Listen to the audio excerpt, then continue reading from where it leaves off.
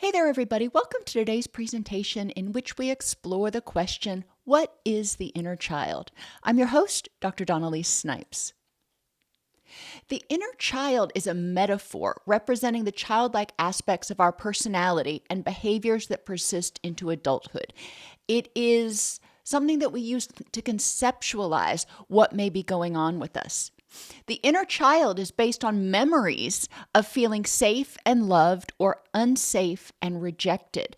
As a child, we didn't know what to do with all of these memories, especially if they were memories of feeling unsafe and rejected. So we may have just kind of put them on a shelf because we didn't know how to interpret or handle them. Unfortunately, since we didn't deal with them, they're still out there lingering. It's important to remember that like everything in life, it's not all or nothing. There may have been safe relationships and unsafe relationships in your past. In terms of understanding how the inner child develops, as I said, it's based on your memories and your experiences. And those people who grow up in an environment in which they have secure attachment with their caregiver, they feel safe and loved. A secure attachment with the caregiver is characterized by consistency. You don't get Jekyll or Hyde. You don't get criticism one day and support the next day. It's very consistent in the way your caregiver responds. You get attention from your caregiver, not just when you need them, but because they want to spend time with you. They actually enjoy spending time with you. Your caregiver was responsive in that when you had a problem, they were there to help you understand your feelings and how to process it. And when you had something good going on, they were there to celebrate with you.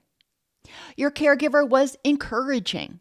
They were there to support you in stepping outside of your comfort zone, to try things that are a little bit new. The first day of school, the first day of middle school, asking somebody out on a date, trying a particular sport or something. The caregiver was there and encouraging and communicated the message that I love you and you're safe in this relationship. Go out there, try it. If you fail, all right. If you succeed, great. Either way, I'm still going to love you. Secure attachment helps the child learn how to eventually help themselves feel safe and loved by modeling the caregiver, by being consistent, attentive, responsive, encouraging, and safe to themselves, silencing that inner critic and being willing to accept that they are lovable even if they're not perfect. When a child feels safe and loved, they can switch out of survival mode and into fact-based reasoning and challenge unhelpful beliefs and behaviors. Now, young children have more difficulty doing this because they think in all or nothing terms. They think in egocentric terms. What I perceive is going on must be what everybody perceives is going on. And personalized terms. Whatever's going on is my fault or due to me. And if there's a lot of chaos in the relationship, in the home environment, the child is often feeling very confused. Some days they're safe, some days they're not safe. It's all or nothing. They're personalizing it, thinking, I must have caused this. It must be my fault that this is happening. And it's egocentric. They believe that everybody thinks the way they do. So if they think it's their fault, then they assume everybody else thinks it's their fault. And these are the memories and beliefs about themselves that they internalize, and it sticks with them until those beliefs are challenged. Thinking about how effective are you at seeing different points of view or challenging assumptions when you feel vulnerable, threatened, rejected, or disrespected? When you're in that fight or flight mode, you are reacting. You are acting from emotion-based reasoning. So a child who is always or almost always in fight or flight, almost always feeling unsafe, has difficulty challenging any of those beliefs that they formed about themselves, because that's cognitive, and you can't get into that executive functioning, that prefrontal cortex reasoning, when you're in fight or flight, when you're flooded with adrenaline. So that child stays stuck, and those memories go and beliefs go unchecked. Insecure attachment leaves the child feeling unsafe, powerless, and rejected. They may have had caregivers that were inconsistent. Sometimes they were loving and there, sometimes they were absent or critical, or they may have had very rejecting caregivers. Either way, the child ended up feeling that they weren't lovable and they were rejected and they were powerless to change the situation. And in reality, a 3, 5, 6-year-old is pretty powerless to change the situation. And they carry this with them into adolescence and maybe adulthood because it goes unchecked. They continue to see themselves, believe that they are the unloved, powerless, rejected person. Insecure attachment is traumatic. Attachment trauma is trauma, and it's one of those core traumas that really cuts to the heart of how we perceive ourselves, others, and the world around us. Trauma itself causes people to feel unsafe and powerless. When the child feels unsafe and powerless, they stay in that constant state of stress. Now, they may be in fight, they may be irritable, they may be angry, they may be oppositional, they may be flight, where they run away, or they sleep a lot, or heaven forbid, they abuse substances. They may be in fawn, and that's when the child engages in just random behaviors to try to figure out, what is it that I can do to make you love me? I will do whatever it is to make you love me, but I feel unsafe. And I'm going to try to get you to take care of me. I'm going to try to get you to make that threat go away. Freeze is when the child just sits there and goes, I give up. I don't know. I don't know what to do. If I do this thing, I get punished. If I do this thing, I get punished. So I'm just going to kind of sit here right now. And freeze is a very valid stress response. And then flop. Flop is when the child has tried everything they can. And when we see flop, we see that the person's stress response, their autonomic nervous system, has already become completely dysregulated. They don't have energy for much. They just kind of lay down. They're not motivated. They don't sleep well. It's a really horrible place to be. When in a stressed state, when somebody is in that fight or flight constantly, their sleep is impaired. Inflammation increases in their entire body, including their brain. Brain cells die. The stress response, the autonomic nervous system, dysregulates, so emotions and behaviors become more extreme or impulsive. The person's attention, what they pay attention to in the world, naturally focuses on threats. And because they feel unsafe, they're hypervigilant, so they're constantly scanning for these threats. As a result of all this, they don't have enough brain power, if you will, to focus on learning and problem solving. They are paying attention to the threats. They're hypervigilant. They're stressed out. When sleep is impaired, we have more difficulty with attention and problem solving as well. As the child grows, they don't magically start feeling safe and empowered. So they have difficulty recognizing their power in the present. And that is a key feature of the wounded inner child.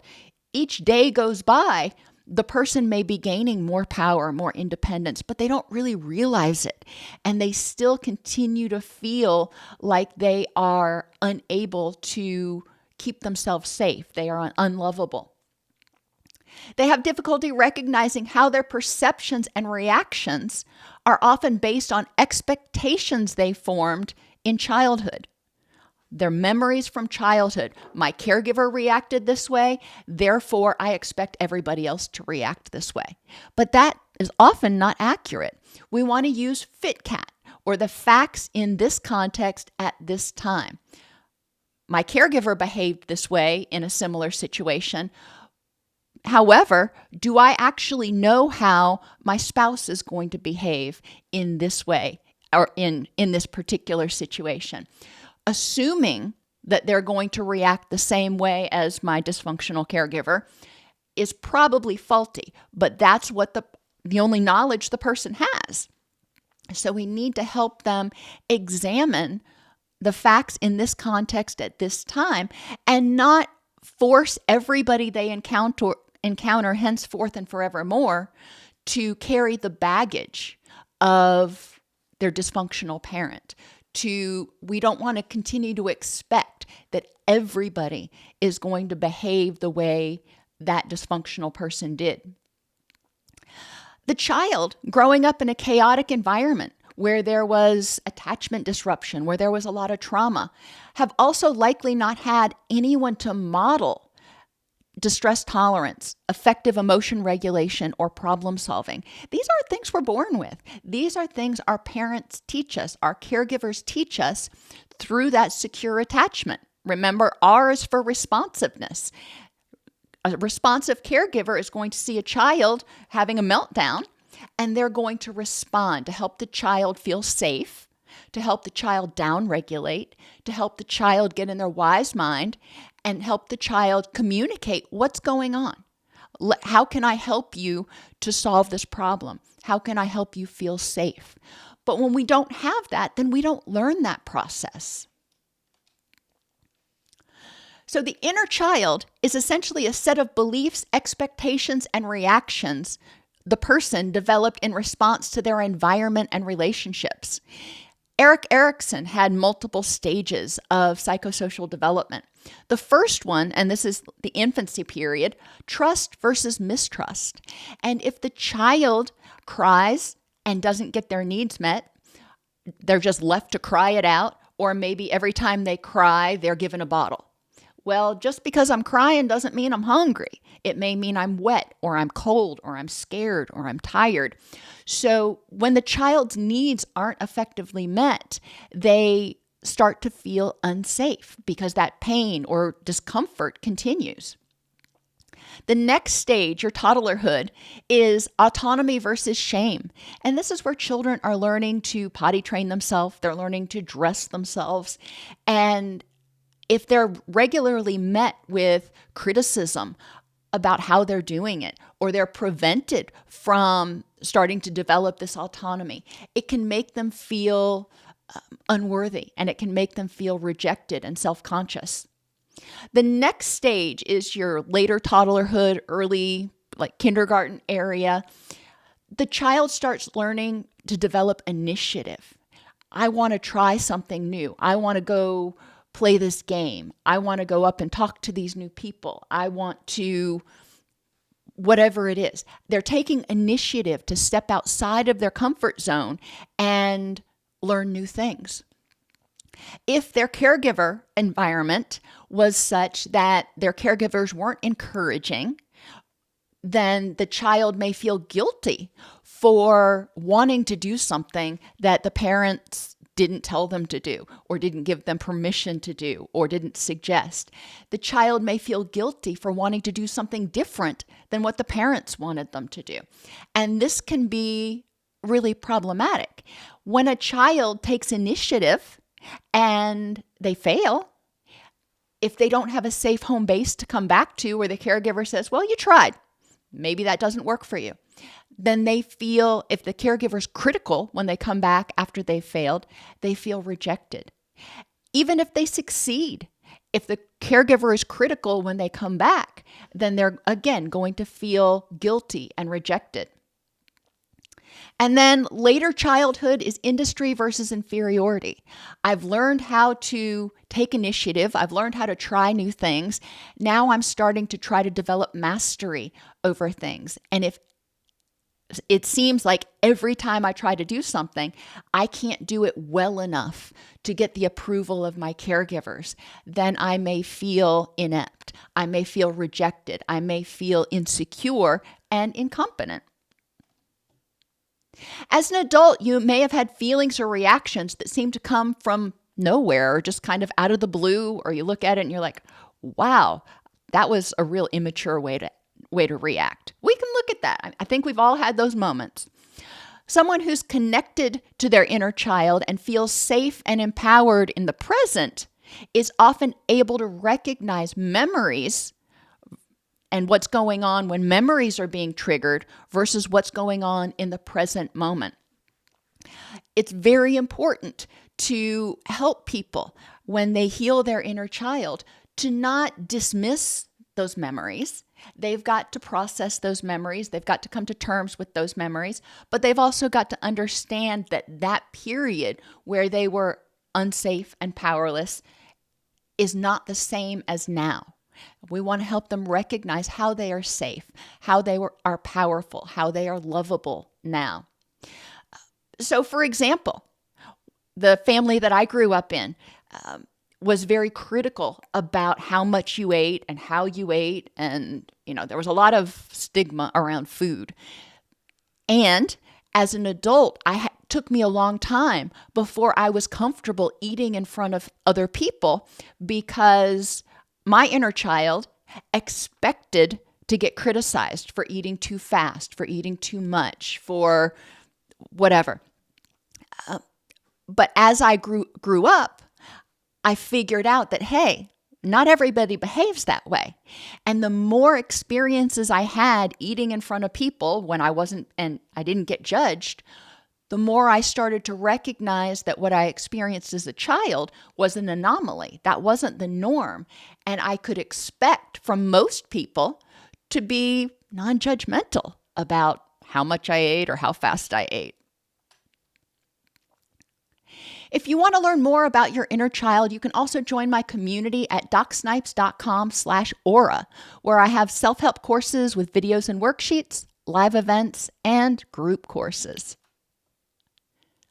Reconnecting to your inner child means mindfully recognizing the feelings, thoughts, and reactions that are coming from unresolved past traumas, acknowledging that there's a lot of stuff that you haven't dealt with from your childhood that is still hanging around and causing you to feel unsafe and powerless.